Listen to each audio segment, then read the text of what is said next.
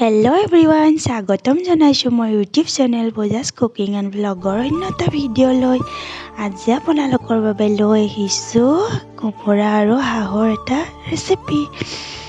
এয়া কোমোৰা আৰু হাঁহখিনি ৰেডি কৰি লৈছোঁ, লগতে পিঁয়াজ সৰহকৈ কাটি লৈছোঁ আৰু গোটা মছলাখিনি ৰেডি কৰি লৈছোঁ। এইটো শিল কোমোৰা আছিল নেকি, খুব টান কোমোৰাটো। এয়া কাটি ল'লোঁ, লগতে এয়া খৰিত কেৰাহী বহাই দিলোঁ।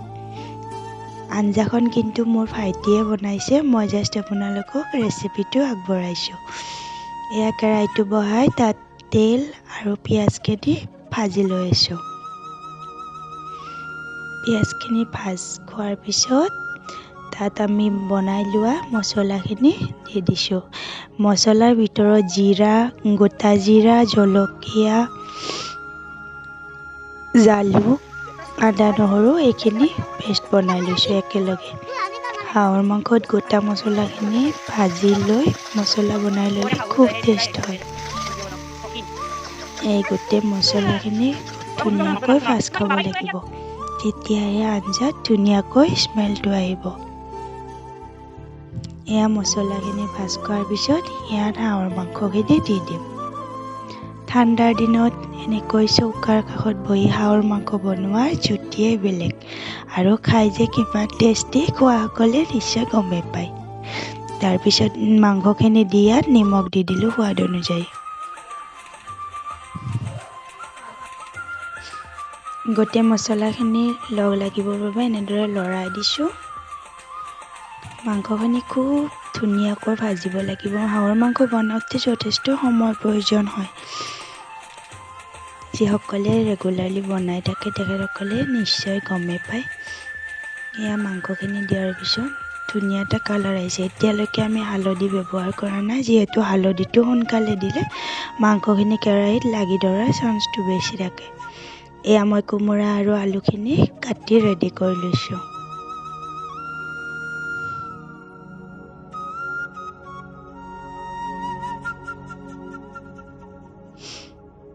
এয়া মাংসখিনি ভাজি থকা হৈছে।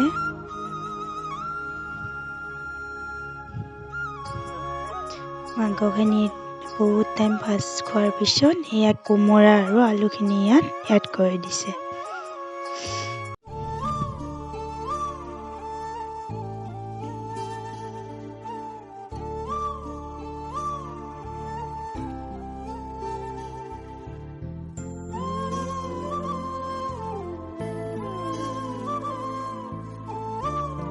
কোমোৰাৰ নিজস্ব পানী আছে, এয়া পানীখিনি ওলাইছে। এই পানীখিনি মৰাৰ পিছত আৰু অকণমান পানী দি দিব।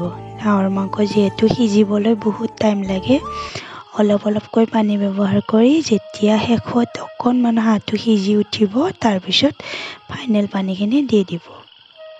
এয়া পানী উঠিছে, এইখিনি সম্পূৰ্ণৰূপে ভাজ খাব লাগিব। এতিয়াহে হালধি আমি ইউজ কৰিছোঁ, নহ'লে হালধি যদি আগতে দি দিয়া যায় মাংসখিনি অকণ অকণ লাগি ধৰে।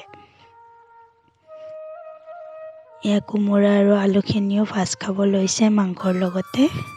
চাওকচোন, কালাৰ ইমান ধুনীয়া আহিছে, খাবলৈ যে ইমান সোৱাদ হৈছিল, আচৰিত।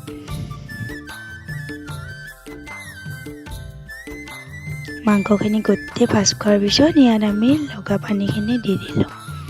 পানী দিয়াৰ পিছত এইখিনি কমেও আধা ঘণ্টা উতলিব লাগিব। শেষত বটি লোৱা গৰম মছলাখিনি এড কৰি দিব। দেখিবলৈ ইমান ধুনীয়া হৈছে।